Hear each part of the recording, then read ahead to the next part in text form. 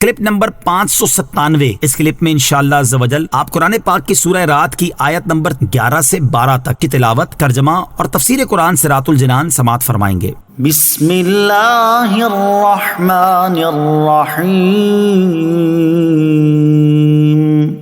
اللہ کے نام سے شروع جو نہایت مہربان رحمت والا ہے۔ لہ معقبات من بین یدیہ ومن خلفہ یحفظونہ من امر اللہ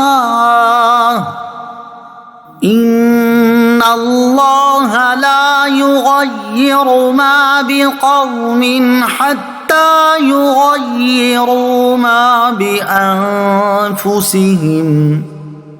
وَإِذَا أَرَادَ اللَّهُ بِقَوْمٍ سُوءًا فَلَا مَرَدَّ لَهُ وَمَا لَهُم مِّن دُونِهِ مِن وَالٍ۔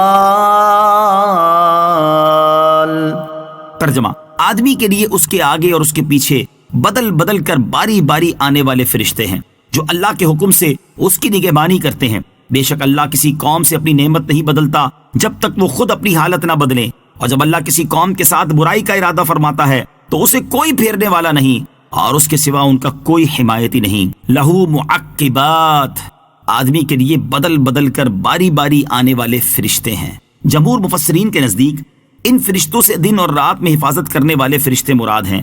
انہیں بدل بدل کر باری باری آنے والا اس لیے کہا گیا کہ جب رات کے فرشتے آتے ہیں تو دن کے فرشتے چلے جاتے ہیں، اور دن کے فرشتے آتے ہیں تو رات کے فرشتے چلے جاتے ہیں۔ فجر اور عصر کی نماز پڑھنے کا فائدہ۔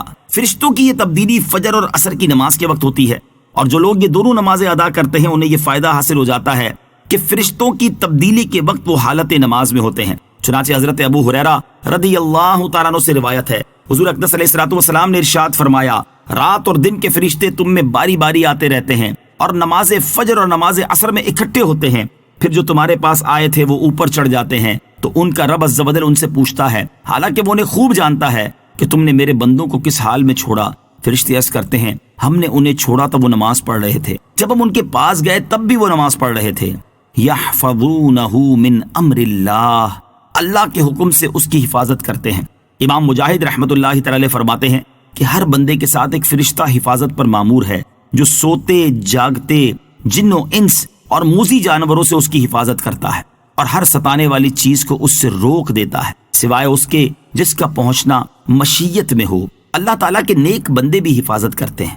اس سے معلوم ہوا کہ جسے اللہ تعالیٰ حفاظت کرنے کی قدرت عطا فرمائے وہ بھی حفاظت کر سکتے ہیں اور کرتے بھی ہیں، اور یہ بھی معلوم ہوا کہ اللہ تعالیٰ کی عطا سے حفاظت کرنے کی قدرت رکھنے کے باوجود کسی کو جو اذیت کی تکلیف پہنچ جاتی ہے اس کی وجہ یہ ہے کہ اس کا پہنچنا اللہ تعالیٰ کی مشیت میں ہوتا ہے، اور جو چیز اللہ تعالیٰ کی مشیت میں ہو اللہ تعالیٰ کے نیک بندے اس کے خلاف نہیں کرتے، لہٰذا اللہ تعالیٰ کے نیک بندوں کو اللہ تعالیٰ کی عطا سے بلاؤں اور آفتوں سے حفاظت کرنے والا ماننا اور ان سے حفاظت کی التجا کرنا درست ہے، اور اگر التجا کے باوجود حفاظت نہ ہو تو ان کے خلاف زبان تان دراز کرنا غلط و باطل ہے۔ اعلیٰ حضرت امام احمد رضا خان رحمۃ اللہ تعالی کیا خوب فرماتے ہیں، تم ہو حفیظ و مغیث، کیا ہے وہ دشمن خبیث، تم ہو تو پھر خوف کیا، تم پہ کروڑوں درود۔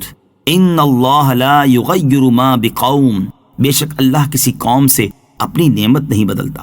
اس آیت میں قدرت کا ایک قانون بیان کیا گیا ہے کہ اللہ تعالیٰ اس وقت تک کسی قوم سے اپنی عطا کردہ نعمت واپس نہیں لیتا جب تک وہ قوم خود اپنے اچھے اعمال کو برے اعمال سے تبدیل نہ کرے۔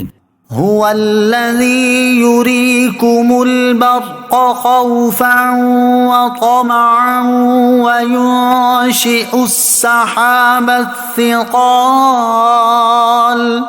ترجمہ: وہی ہے جو تمہیں بجلی دکھاتا ہے اس حال میں کہ تم ڈرتے ہو یا امید کرتے ہو، اور وہ بھاری بادل پیدا فرماتا ہے۔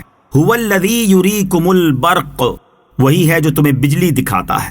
اس آیت میں اللہ تعالیٰ نے اپنی عظیم قدرتوں میں سے ایک ایسی چیز کا بیان فرمایا ہے کہ جو ایک اعتبار سے نعمت ہے اور ایک اعتبار سے عذاب ہے۔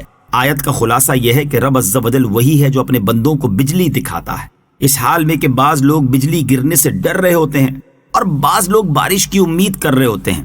دل میں خوف اور امید دونوں رکھے جائیں، یاد رہے کہ بارش مقیم اور مسافر دونوں کے لیے کبھی نقصان کا سبب ہوتی ہے کہ اس سے ان کے مال و اسباب اور ذخیرہ کی ہوئی گندم وغیرہ خراب ہو جاتی ہے، اور کبھی فائدے کا باعث ہوتی ہے کہ مسافر کو اپنی ضروریات میں استعمال کے لیے پانی مل جاتا ہے اور مقیم کی فصلوں وغیرہ کی نشو و نما ہو جاتی ہے۔ اسی طرح بجلی کا چمکنا بھی مقیم اور مسافر دونوں کے لیے فائدے اور نقصان کا باعث ہوتا ہے۔ لہٰذا ہر انسان کو چاہیے کہ وہ اپنے دل میں خوف اور امید دونوں رکھے، کیونکہ اللہ تعالیٰ کبھی وہ چیز لاتا ہے کہ جس میں ظاہری اعتبار سے تو شر ہوتا ہے لیکن در حقیقت اس میں بھلائی ہوتی ہے، اور کبھی وہ چیز لاتا ہے کہ جس میں ظاہری اعتبار سے تو بھلائی ہوتی ہے لیکن در حقیقت اس میں شر ہوتا ہے۔ وَيُنشِئُ السَّحَابَ الثِّقَالَ، اور وہ بھاری بادل پیدا فرماتا ہے۔